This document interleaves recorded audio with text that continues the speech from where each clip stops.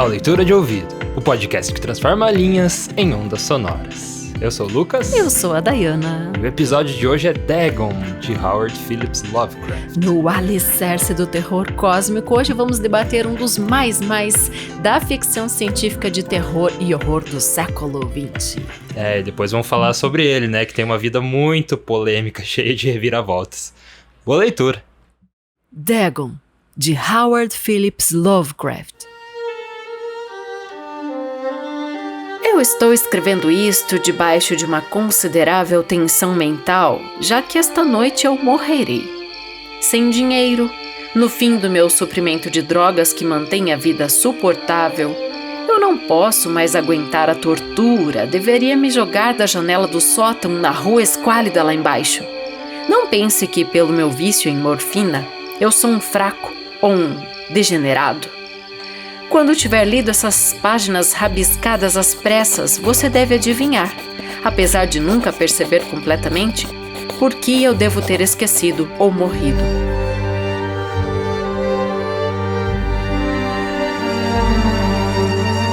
Foi em uma das mais abertas e menos frequentadas partes do Pacífico que o paquete no qual era comissário de bordo se tornou vítima do navio de guerra alemão. A Grande Guerra estava então no seu início, e a marinha inimiga não tinha alcançado seu estágio mais avançado de crueldade. Então nossa embarcação se tornou prêmio legítimo, enquanto nós, membros de sua tripulação, éramos tratados com toda a justiça e consideração que nos eram devidas como prisioneiros de guerra. Tão liberal era a disciplina dos nossos captores que 5 dias após termos sido pegos, eu consegui escapar sozinho num pequeno bote com água e provisões para um bom período de tempo.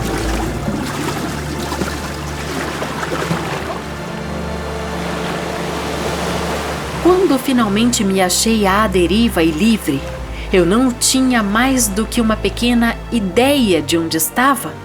Não sendo um navegador competente, eu só poderia vagamente imaginar que na posição do Sol e estrelas estava em algum lugar ao sul do Equador. De longitude não tinha ideia e nenhuma ilha ou linha costeira estava à vista. O clima manteve-se firme e por incontáveis dias eu derivava sem rumo debaixo do sol escaldante, esperando pela passagem de algum navio ou por ser lançado na praia de alguma terra habitável.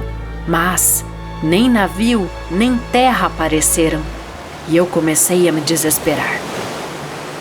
A mudança aconteceu enquanto eu dormia. Seus detalhes eu nunca irei saber, pois meu sono, embora perturbado e infestado de sonhos, era contínuo.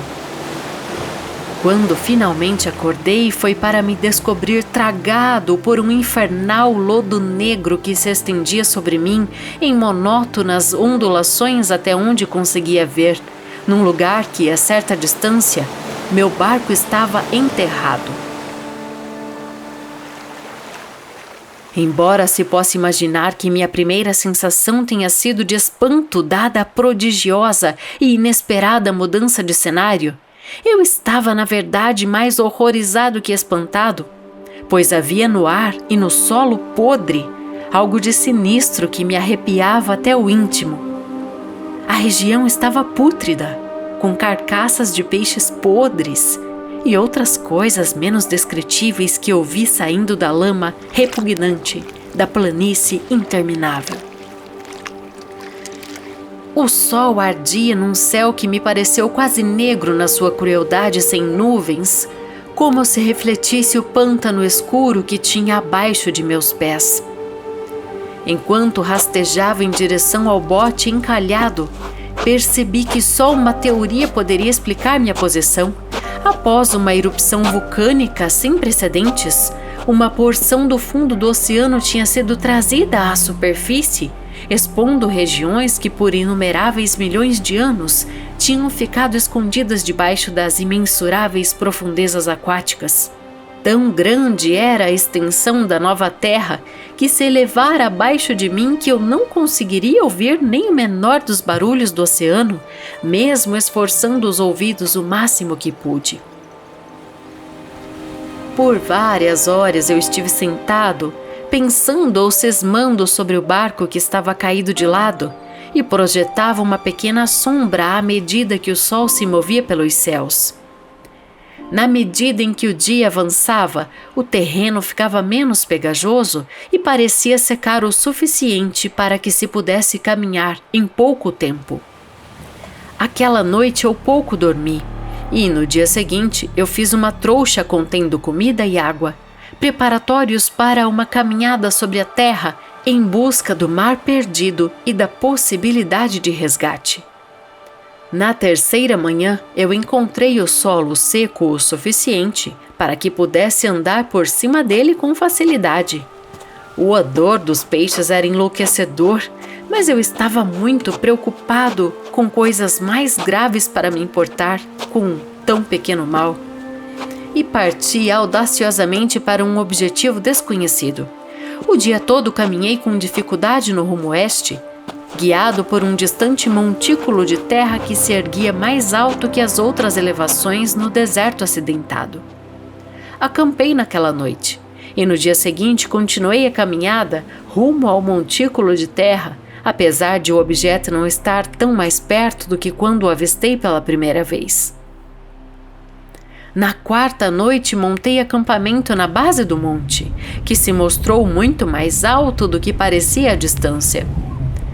Eu não sei por que meus sonhos foram tão selvagens naquela noite, mas antes da fantástica e acentuada curva da lua subir sobre a planície leste, eu tinha acordado suando frio, determinado a não mais dormir.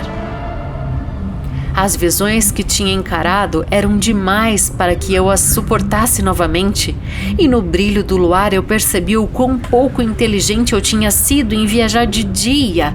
Sem o ardor do sol escaldante, minha jornada teria custado menos energia. Agora, enfim, eu me sentia perfeitamente capaz de realizar a escalada que havia me intimidado no pôr do sol. Pegando minha trouxa, eu me encaminhei para a crista da elevação. Eu tenho dito que a inquebrável monotonia da planície acidentada era fonte de um impreciso horror para mim, mas eu acho que meu horror foi maior quando alcancei o cume do monte. E para o outro lado, para um imenso vale ou cânion, cujos recessos negros a lua ainda não tinha se erguido o suficiente para iluminar. Eu me senti no topo do mundo, olhando por sobre a borda do insondável caos da eterna noite. Pelo meu terror corriam curiosas reminiscências do paraíso perdido e da tenebrosa ascensão de Satã pelos informes reinos das trevas. Enquanto a lua escalava mais alto o céu, comecei a ver que os declives do vale não eram tão perpendiculares como eu tinha imaginado.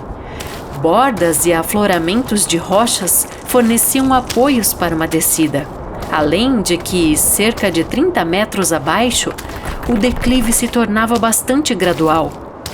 Impelido por um impulso que não posso definitivamente analisar, eu fui descendo com dificuldade pelas rochas, até parar numa encosta menos íngreme abaixo, de onde fitei as profundezas estígias, onde nenhuma luz jamais havia penetrado.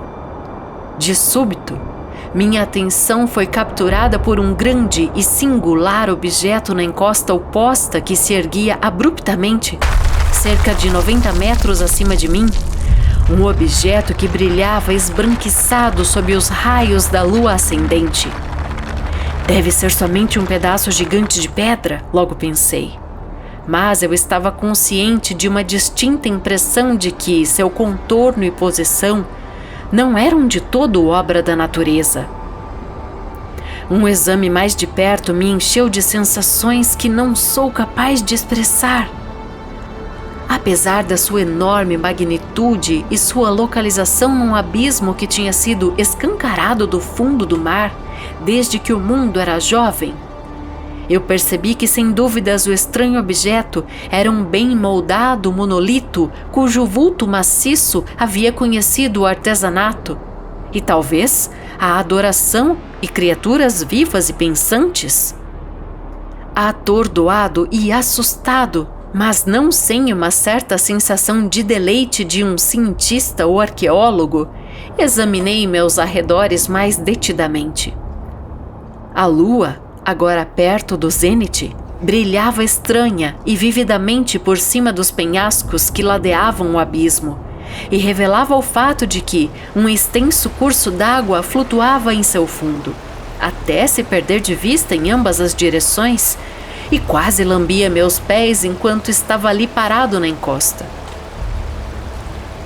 Do outro lado do vale, as ondulações da água banhavam a base do ciclópico monolito, em cuja base eu pude distinguir inscrições e entalhes toscos. A escrita era um sistema de hieróglifos desconhecido para mim, e diferente de tudo que eu já tinha visto em livros, consistindo em sua boa parte em símbolos aquáticos, convencionados como peixes, enguias, polvos, crustáceos, moluscos, baleias e coisas desse tipo. Foram os detalhes decorativos, no entanto, que mais me deixaram extasiado. Claramente visível através da água interposta na conta de seu enorme tamanho, havia arranjos de baixo relevo, cuja temática teria provocado a inveja de Doré. Eu imagino que essas coisas deveriam supostamente ilustrar homens, pelo menos em certo tipo de homem, embora as criaturas fossem mostradas divertindo-se como peixes nas águas de alguma gruta marinha, ou venerando algum santuário monolítico que parecia estar também debaixo d'água. De suas faces e formas eu não ouso falar em detalhes, pois a mera lembrança me deixa aturdido. Grotesco além da imaginação de um Poe ou um Bower, eram infernalmente humanos em geral, com exceção de suas mãos e pés chatos, dos chocantemente abertos e flácidos lábios, dos olhos saltados e vítreos, e outras feições menos agradáveis de se lembrar. Curiosamente, pareciam ter sido cinzelados muito fora de proporção em relação ao cenário de fundo, pois uma das criaturas era mostrada matando uma baleia, que era representada sendo somente um pouco mais larga. Eu notei, como disse, seu tamanho grotesco e estranho, mas naquele momento achei que eles eram meros deuses imaginários de alguma tribo primitiva de pescadores ou navegantes.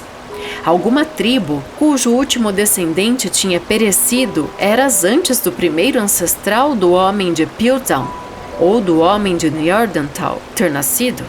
Impressionado diante do vislumbre daquele passado, além da concepção do mais ousado antropólogo, fiquei ali cismando, enquanto a lua provocava curiosos reflexos no canal silencioso à minha frente. Então, de repente, eu a vi, com uma leve agitação marcando sua subida à superfície. A coisa deslizou para fora das águas escuras, enorme, polifêmica e repugnante. Ela disparou como um estupendo monstro de pesadelos em direção ao monolito, lançou seus gigantescos braços escamados enquanto inclinava a cabeça hedionda e dava vazão a grotescos sons. Naquele momento, eu pensei ter enlouquecido. De minha subida frenética à encosta do penhasco e da minha delirante jornada de volta ao barco encalhado, pouco me lembro. Acredito que cantei muito e ri estranhamente quando estava incapacitado de cantar. Eu tenho indistintas lembranças de uma grande tempestade pouco tempo depois de alcançar o barco. De qualquer forma, eu ouvi o ribombar dos trovões e outros sons que a natureza só produz em seus humores mais selvagens e terríveis.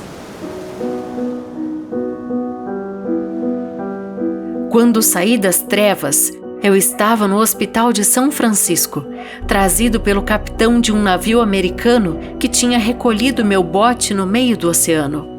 Em meu delírio, eu tinha falado muito, mas descobri que minhas palavras não atraíram muita atenção.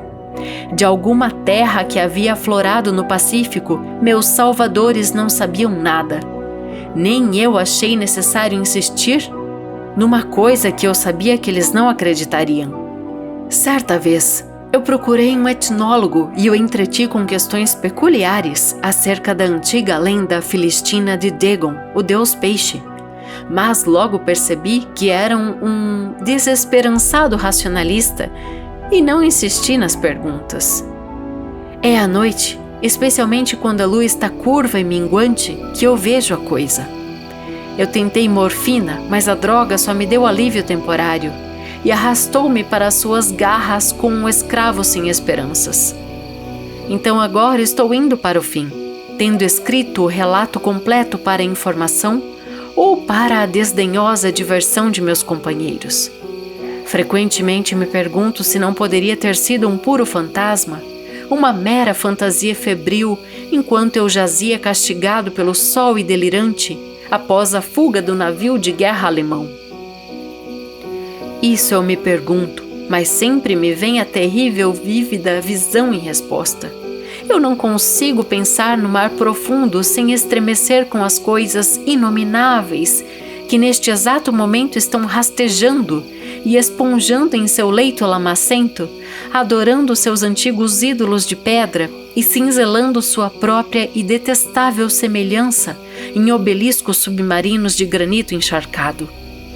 Eu sonho com um dia em que elas poderão ascender acima dos vagalhões para tragar com suas fétidas garras os remanescentes da humanidade exaurida pela guerra. O dia em que a terra poderia afundar e o leito escuro do oceano erguer-se em meio a um pandemônio universal. O fim está próximo. Ouço um barulho na porta, como se um imenso corpo viscoso a estivesse forçando. Ela não me encontrará. Deus, aquela mão! A janela! A janela!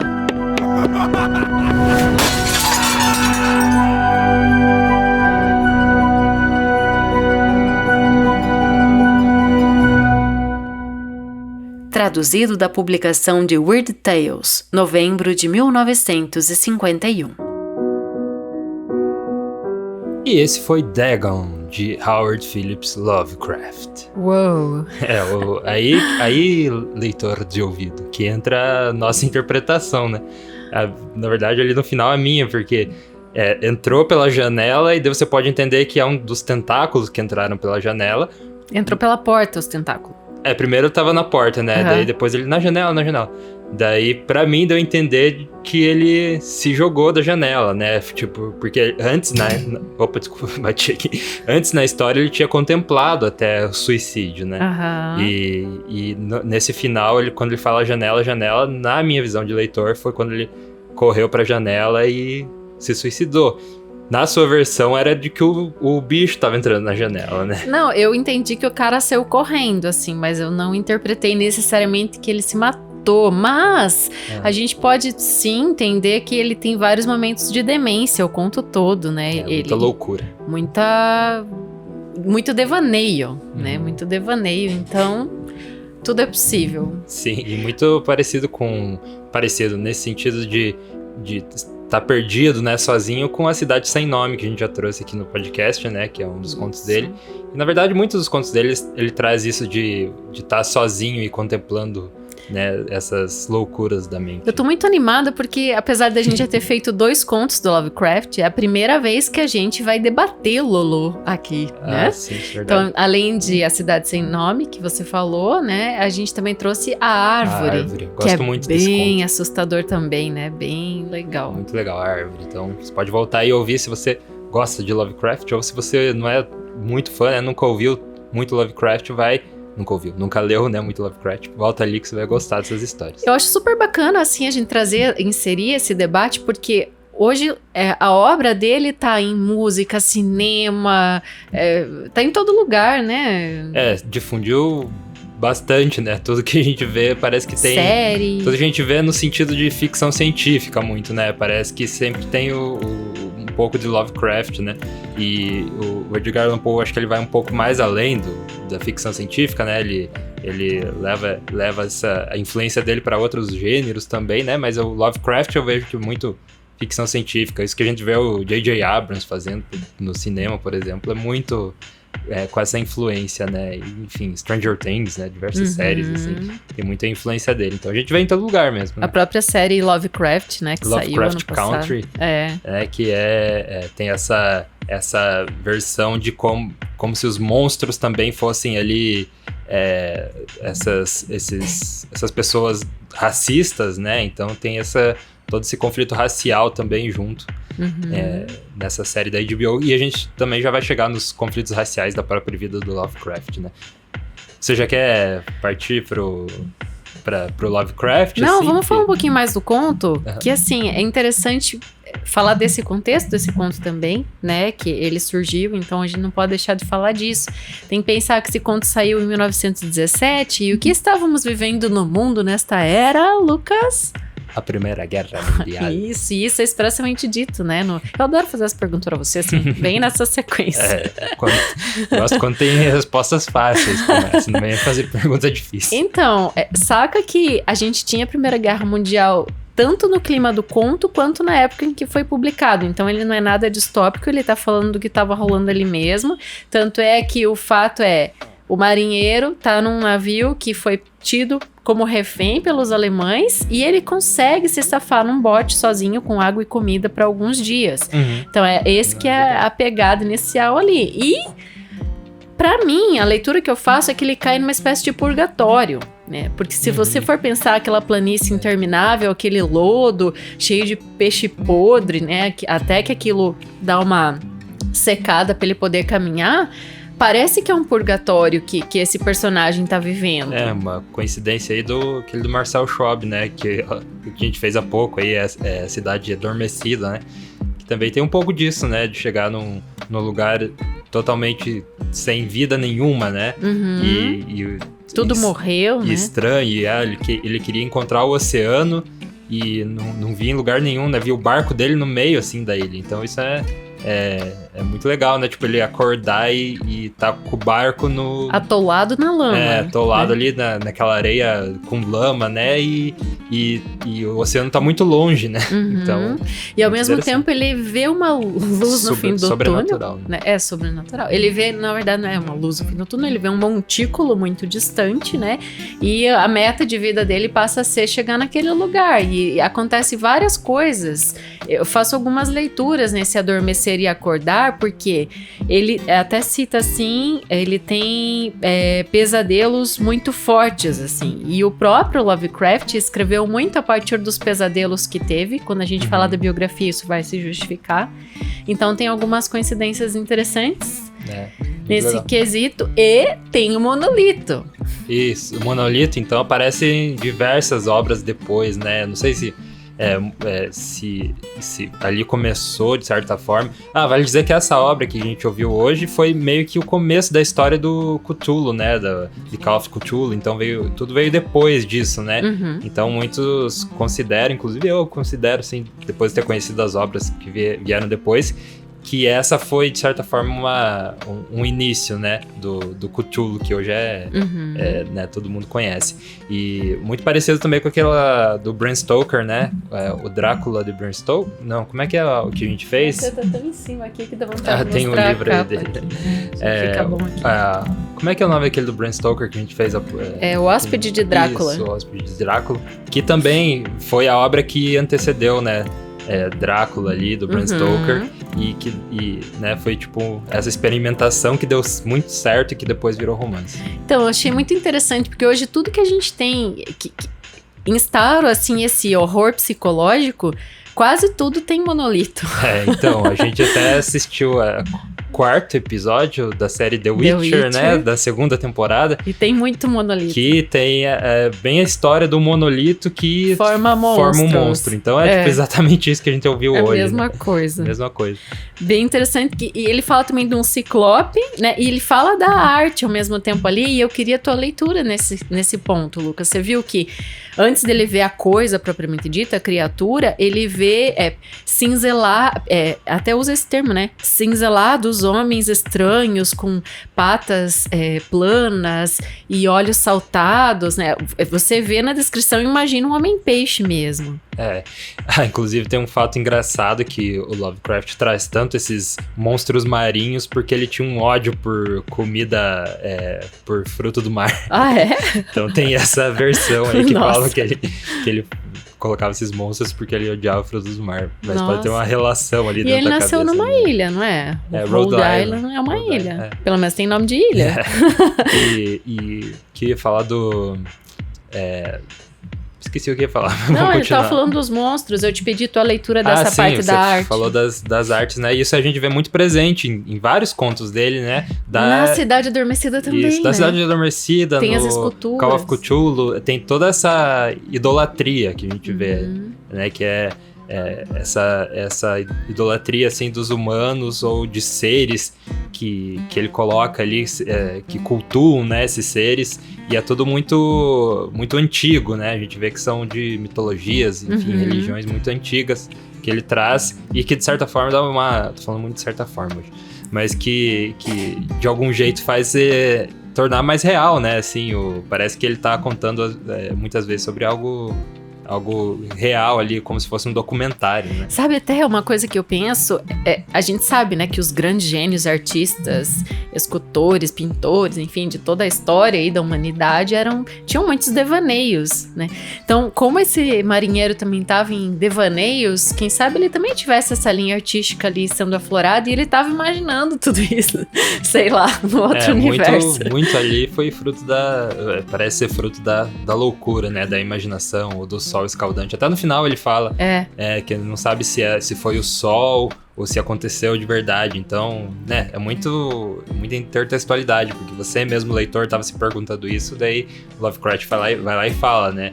Talvez era puro devaneio, né, da cabeça. Tanto é que ele resolve subir o monte mesmo, né, fazer a escalada quando tá à noite, né, que ele acorda num pesadelo e fala, por que eu fiz toda essa trajetória com o sol escaldante, né? A noite é muito melhor, que assim eu penso melhor e tudo mais. Mas, enfim, a produção literária do Lovecraft é extremamente influenciada pela mitologia e você já vai entender melhor porque a gente vai falar da biografia dele. Só quero fazer mais uma costura bem curiosa. Costure. Que, além da mitologia, na própria literatura judaica, ou seja, na Bíblia cristã, tem algumas passagens que em português a gente encontra Dagon. Né? E eu até anotei aqui, ó, quem gosta de ler a Bíblia, enfim, literatura, eu vou falar que os versículos, em Samuel, capítulo 5, versículo de 2 a 7, em Crônicas, capítulo 10, versículo 10, e em Juízes, capítulo 16, versículo 23, tem passagens expressas de Deus Peixe ou de Dagon, falando em português aqui na tradução. Então a gente vê esse estudo dele, né, que traz esse realismo para a obra. Muito legal. Tem muita coisa sustentando, né? Então vamos falar dessa biografia? Vamos lá. Então, filho único, né? Não teve irmãos. Filho único de um negociante de joias e metais preciosos, o Winfield Scott Lovecraft, e da Sarah Susan Phillips. Eu gostei que ele tem o sobrenome da mãe e do pai, né? Howard Phillips Lovecraft, né? Tem o sobrenome da mãe também. Ele nasceu em 20 de agosto de 1890 em Providence, Estados Unidos, ali nessa ilha que a gente falou, e morreu também e morreu no mesmo lugar. Nasceu e morreu, e a vida toda ele ficou na América do Norte. Ele nunca saiu da América do Norte. Ele tinha essa relação de amor e ódio por Nova York também, como a gente viu com o James Joyce, né? Que ele tinha essa relação de amor e ódio por Dublin, né? Na Irlanda. Então a gente vê algo parecido aqui com Lovecraft. É interessante que geograficamente ele não saiu, leu, enfim, produziu tudo ali, mas ele criou esse universo paralelo da impressão, você não acha? Esse horror cósmico, esse... Isso a gente vê, tem até muitas histórias dele que colocam que tem esse simbolismo para os imigrantes, assim. Então, tipo, tinha muita história dele que fala dessas pessoas que cultuavam esses seres, enfim, que acontecia. Tem até uma história dele que se passa em Nova York, né? Que ele não fala expressamente, mas as pessoas colocam que é um certo simbolismo para os imigrantes, né? Da época ali, que eram muitos imigrantes, eram imigrantes japoneses ali, né? Quando ele estava escrevendo, né? Então tem muita dessa relação aí com a cidade. Muito bom. Enfim, a família dele é cometida bastante com crises nervosas, né? Que não é a tuberculose, que é a crise nervosa, e vamos falar da sequência. Primeiro, que ele se demonstrou culto muito cedo, com 2 anos de vida. O bebê, Howard, já declamava poesias. Com 3, ele já sabia ler. E foi a idade em que ele perdeu o pai. O pai teve uma crise nervosa, foi internado. Alguns que falam que o pai dele foi decorrente da sífilis que o pai tinha. Então isso é difícil a gente saber, mas tem muita gente que fala desse viés aí, né? E que levou ele a certa loucura. Então, daí a partir dali ele foi criado apenas pela mãe, duas tias e o avô. Sorte que esse avô era rico, tinha uma grande biblioteca e introduziu então o pequeno Howard nas leituras, né? No universo literário. Versões infantis de Ilíada e Odisseia de Homero, então ali a gente já tem essa inserção na mitologia, né? Bem presente. As Mil e Uma Noites, né? Esse universo da fantasia, então, também já na cabeça desse menino. Agora, então, a gente vê essas duas influências, né? Dessas histórias que tem mitologia, mas que são muito épicas de aventuras, né? São, de certa forma, aventuras de horror, assim. Então, a gente vê as duas coisas casando bem. Verdade, porque o avô dele também passou clássicos da literatura de horror para ele ler, né? Então, ali estava formando, de fato, esse grande escritor que ele é tão ovacionado pelos fãs, né? Tem uma característica muito presente mas isso não foi tão fácil de ser construído. Você, não sei se nas suas pesquisas você chegou a encontrar, ele tinha uma doença, poiquilotermia. Não, sabe o que é isso? Sei. Quando a pessoa é tocada, a pele se resfria. Não soa como algo bom. Então, assim, se ele fosse tocado, a pele dele se resfriava. Então, ele se sentia mal. Por isso, ele não frequentava muito a escola. Ele tentava faltar o máximo possível. Mas, ao mesmo tempo, era muito autodidata nessas pesquisas e leituras todas que ele fez. Tanto pesquisas na área de ciências. Ali, a partir dos 8 anos, ele descobriu muito química, astronomia, fazia jornais para distribuir entre os amigos, com os achados, os artigos científicos dele. Então, isso tudo foi muito forte e a gente também vê, que nem nessa presença do monolito, né? Toda uma base da própria astronomia. Com certeza ele tinha um conhecimento bem profundo nesses quesitos todos, né? É verdade. Também vi que ele estudou muito ciência, né? Então aí vem esse viés científico também para a obra, né? Que daí se tornou a conhecida ficção científica. E ele também tem crise nervosa ali quase no fim da escola, então ele meio que atrasa assim a ida pro ensino médio, digamos assim, meio que fica recluso, vive que nem um eremita, de 1908 a 1913. Ali, nessa época, ele já tinha perdido o avô dele morreu quando ele tinha 14 anos, ele e a mãe caíram numa dificuldade financeira bem grande, tiveram que sair dessa casa confortável, que era o bem do avô, para um casebrezinho, né? Então ali ele até pensou em se matar, andando de bicicleta, olhando pro rio, mas aí, com toda essa questão dos estudos mesmo, foi o que fez com que ele, não, vou seguir adiante ali. Então a gente vê que como você gosta, como todo mundo que faz, né, segue certos caminhos, o caminho da música, o caminho da arte, o caminho da literatura, a gente vê que essas pessoas foram salvas, né?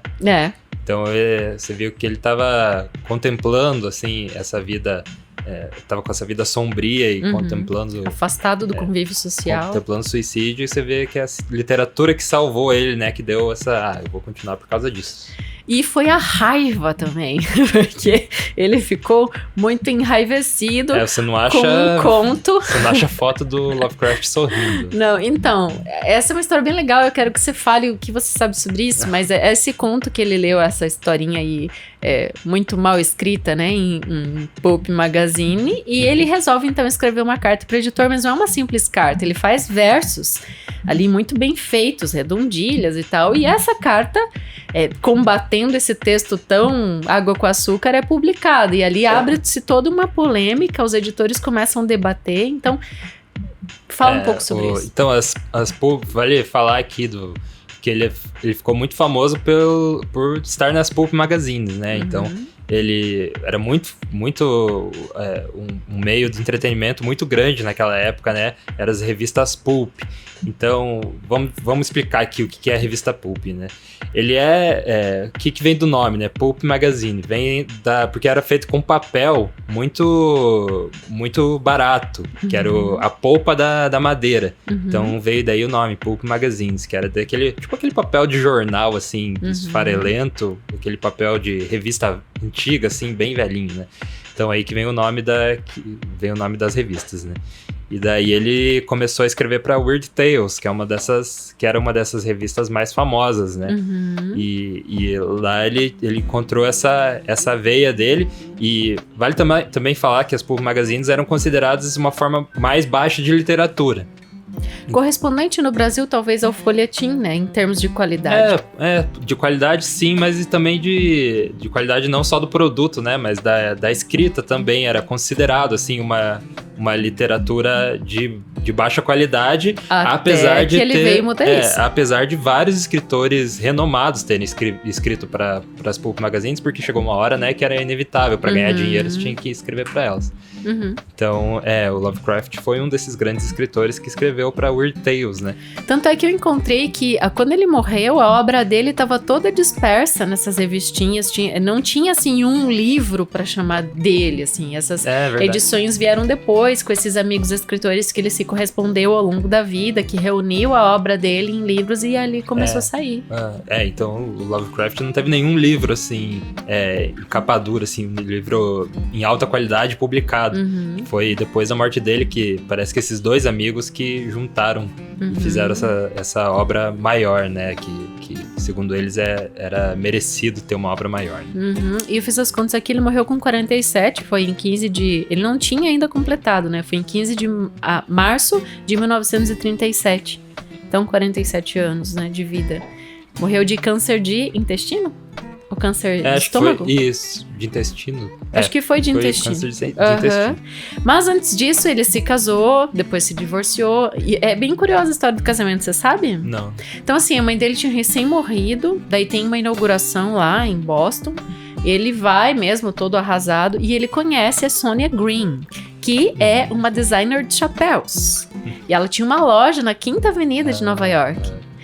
E era uma loja muito badalada. Só que passa um certo tempo, né, ele vai morar com ela no apartamento dela em Nova York. Passa um certo tempo, a loja fale. E a mulher também tem uma crise nervosa, vai parar no sanatório.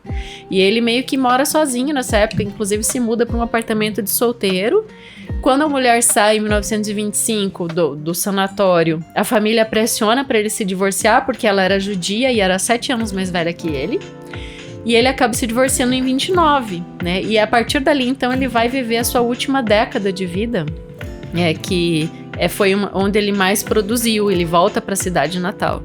Mas o que eu quero falar antes é que o nosso conto de hoje, né, o Dagon, falando ali, ele saiu em 1917. Logo depois, então, que toda essa história que você falou das Pulp Magazines, ele enfim, desafiado a escrever e escrever contos maiores. E Dagon e A Tumba, se não me engano, acho que esse é o nome. Isso, foi os primeiros, foram, né? Os dois primeiros considerados, assim, na idade adulta do Lovecraft. Então, eles abriram alas para tudo que veio depois, né? Tudo que a gente conhece, assim, de Lovecraft veio depois desses dois contos. Né? O próprio mito de Cthulhu, então, saiu em 1926. Então, é quase 10 anos depois desse conto aqui. Na reta final, né? Que ele teve uns últimos 10 anos de vida muito prolíficos, assim. Ele escreveu grandes obras nos seus últimos anos de vida. Isso aí. Tem algumas curiosidades aqui. Manda aí.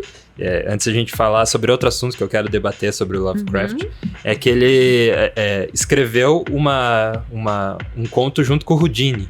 Então, o editor da Weird Tales deu $100 para ele coescrever uma história com o Houdini sobre... Porque o Houdini... Situa, quem que é esse Houdini? O mágico Houdini. O grande mágico. Eu tinha que saber isso, gente. Para tudo, produção. O Houdini é o maior mágico de todos os tempos. Né? Oh. E daí eles escreveram que o Houdini ele tinha dizia que ele ficou preso dentro da pirâmide e tal, e era uma história, né, claro que não era verdade, mas era... Durante uma mágica? Daí eles escreveram juntos ali. Tinha monolito? Tinha a pirâmide, né, que tinha um monolitão. E daí também, ele era muito amigo do Robert Howard, que é o criador do Conan, né? Conan o Bárbaro. Então eles faziam essa dobradinha na Weird Tales, ali os dois escreviam pra Weird Tales, e o Lovecraft ficou muito mexido com o suicídio também do Robert Howard em 1936. Então eles... Um ano antes dele morrer. Então ele... Quando ele viu o suicídio desse amigo, ele também ficou muito abalado. Aí acontece uma coisa, né? Quando a pessoa emocionalmente se entrega pra tristeza e ela tem um câncer, é consumida. Eu acho que foi isso que aconteceu com ele. Tava fraco ali, né? Mentalmente, fisicamente.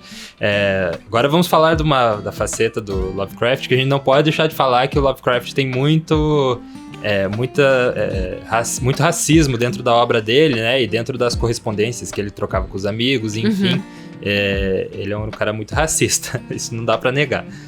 E, enfim, a gente tem que... Isso inspira a série do Netflix, né? Que abordou isso muito bem. Isso, que abordou, fez essa contra-resposta aí, né? Que é uma série sobre o racismo usando o Lovecraft, né? Sim. E daí a gente tem que, né, claro, saber separar a obra do autor, né? Então tem que fazer apesar de ter algumas obras que deixam entender esse simbolismo, assim, racista, mas, né, a gente tem que levar em consideração tudo que foi, né, pôr na balança. Como que era o racismo dele? Então, explica. Então, lá o presidente Roosevelt, ele era muito... O Lovecraft apoiava muito ele, e ele era muito contra imigrantes japoneses, principalmente, por causa da guerra lá. Mas também qualquer tipo de imigrante. Então o Lovecraft, ele apoiava essa ideia, assim, ele tinha admiração por depois pelo Hitler e depois por Ku Klux Klan, enfim. Então ele tinha toda essa admiração, assim, e essa crença de que a raça dele era superior, né? Então que... Enfim, ele tem umas correspondências, assim, bem fortes, que eu cheguei a ler, né? Que ele trocava com os amigos. Se você quiser, pode pesquisar mais, a gente não vai trazer aqui, porque são coisas bem pesadas que ele trocava, assim. Inclusive, ele tinha um gato, o primeiro gatinho dele era um gato preto, que tinha... O nome do gato era a palavra com N, né? Que é a famosa dos Estados Unidos. Que não lá, pode que falar. Não pode falar. Aqui no Brasil pode falar? Não pode? A gente fala preto aqui. A gente fala agora. Preto. Mas é a palavra com N aí da América que a gente conhece. Então, tem toda esse lado racista que daí muita gente deixou de adorar tanto a obra dele assim, ou enfim, né? Mas a gente tem que colocar na balança, porque muitos autores que a gente traz aqui no Leitura de Ouvido, né? A gente vê que são frutos da época, claro que isso não justifica nada, mas eles são reflexo da época ali deles, né? Eu quero fazer uma análise, um parágrafo bem rápido aqui sobre isso que você falou. Da dificuldade que a gente tem de se colocar fora do contexto que a gente está vivendo naquele momento. Então a gente tem que pensar que ele viveu toda a Primeira Guerra e viveu o começo ali da Segunda Guerra, praticamente, né? E nesse momento a gente vivia um mundo muito frio e muito difícil, né? Um mundo onde as pessoas tinham que conquistar o seu espaço com uma dificuldade tremenda. E a força para se conseguir algo, muitas vezes era unir grupos, né? Então, e eu vejo que isso está acontecendo de novo. Então, eu jogo aqui essa leitura para o leitor de ouvido fazer a sua própria análise. Se o Lovecraft é considerado racista, também ele estava como você falou, fruto do seu tempo, ele não conseguia esse distanciamento também, em função de toda essa... Eu não tô defendendo, tá, gente? Mas, situa comigo. Hoje, que a gente tem várias bandeiras, mulheres, tem grupos feministas extremamente... qual que é a palavra? Radicais, né? Temos LGBT e toda a questão também. Na verdade, todos os grupos são radicais, né? Então, o que acontece? Sabe que impressão que eu tenho às vezes? Vou jogar aqui, até isso ouvi de uma amiga que mora na Europa ontem.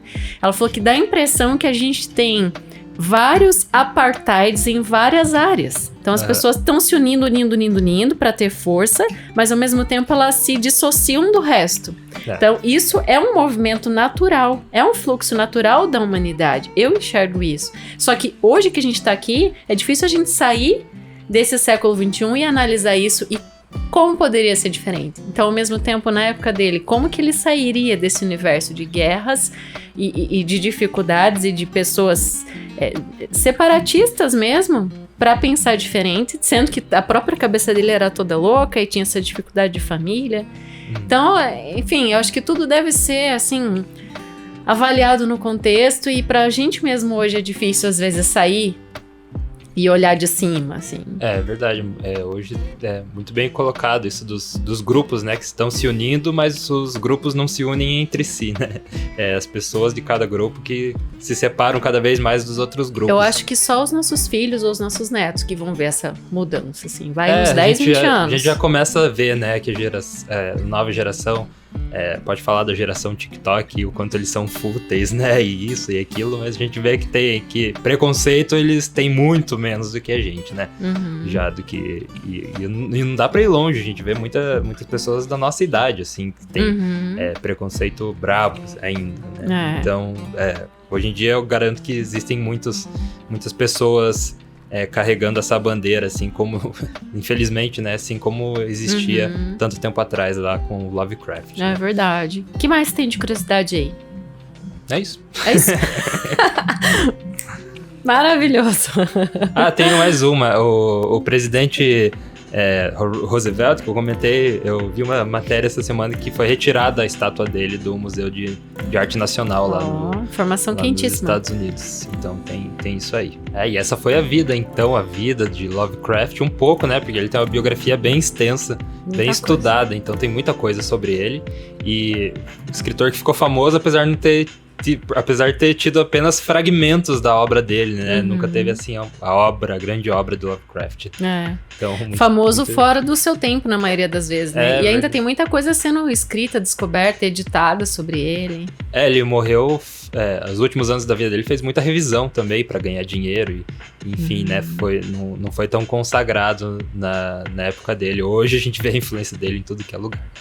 Tanto é que ele é considerado, né, no século XX, um dos maiores escritores, né, ficção científica, fantasia e horror. Isso aí. Vale muito você conhecer. Então esse foi o terceiro conto dele que trouxemos aqui e... vou lá, pode ler muito mais. É isso aí.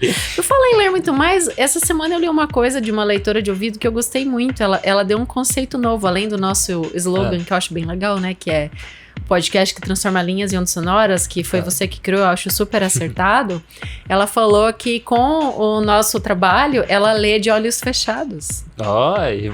Nossa, legal, vou começar a usar aí. Sim, achei super bonito. Vamos nos apropriar aí. Então, foi a Dani que falou, eu gostei bastante. Então, venham ler mais de olho fechado. Mas a não ser que você tá dirigindo e ouvindo podcast, já abriu o olho. Daí tem que ficar de olho bem aberto. aberto. Louça também vai ter que abrir o olho. Né? Senão vai quebrar os pratos. Se estiver na cama, fecha o olho, só não dorme.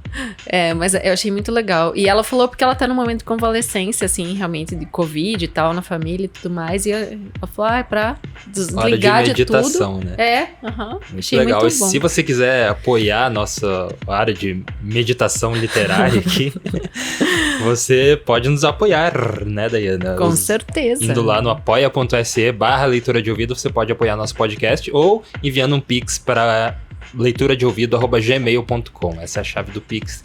Então, se você quiser nos apoiar uma vez, né, de uma vez, e lá no apoia.se/leitura de ouvido tem nosso financiamento coletivo contínuo. Mensal ali, contínuo, né, porque o podcast nos sai toda semana. Só que uma coisa que a gente quase nunca fala, que é legal citar aqui, é que lá pelo site Apoia, você tem os retornos, as recompensas. Então, a partir de R$5 você tem o seu nome citado aqui como os créditos, 10 você se torna também conselheiro do Leitura, 15 você recebe o estudo em primeira mão, que é tudo isso que a gente fala aqui, eu mando escritinho, com a miniatura ali da arte de capa, então o nosso apoiador, ele recebe algumas recompensas. Isso, conforme vai aumentando a recompensa. Mas a gente sabe que muitos dos nossos apoiadores, para eles, acho que a recompensa é apoiar, né, o podcast e a literatura. Tem muitos que nem se importam com a recompensa em si.